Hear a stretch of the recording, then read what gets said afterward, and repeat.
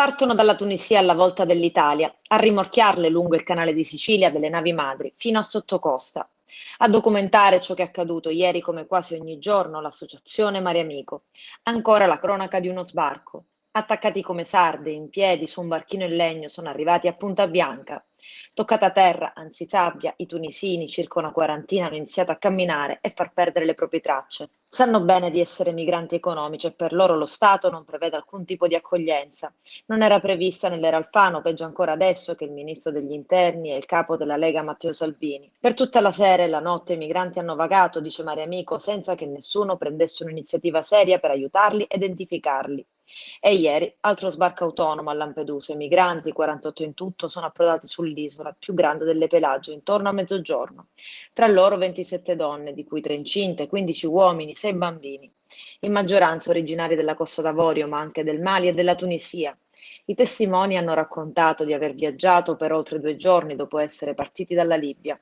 Durante il viaggio un numero imprecisato di persone sarebbe caduto in mare, tra loro un bambino di 5 mesi e un ragazzo di circa 30 anni. Molte tra le persone sopravvissute erano gravemente disidratate, mentre altre presentavano seri problemi respiratori causati dai fumi di scarico del motore. I medici presenti allo sbarco hanno somministrato nei casi più gravi flebo e ossigeno prima che le persone fossero trasferite in poliambulatorio. Ed intanto il governo ha approvato il decreto sicurezza bis che non riforma quello votato il 27 novembre scorso, ma lo integra. Il disegno di legge ha abrogato la protezione per motivi umanitari, ha esteso il trattenimento nei centri di permanenza per il rimpatrio e previsto il trattenimento dei richiedenti asilo fino a 30 giorni nelle strutture di accoglienza. Salienti anche punti rivolti alle organizzazioni non governative, previste multe più severe, arresto del capitano e sequestro automatico delle imbarcazioni.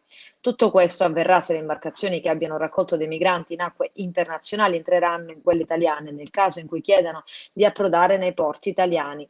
Il decreto sicurezza bis non condanna ogni tipo di salvataggio di questo tipo, ma la recidiva, ovvero se questo tipo di interventi diventi sistematico da parte di alcune imbarcazioni, come quelle delle ONG. Tenendo conto di queste variabili, d'ora in poi si potranno chiudere i porti, come previsto dall'articolo 1 della versione bis del decreto, in caso di favoreggiamento dell'immigrazione clandestina.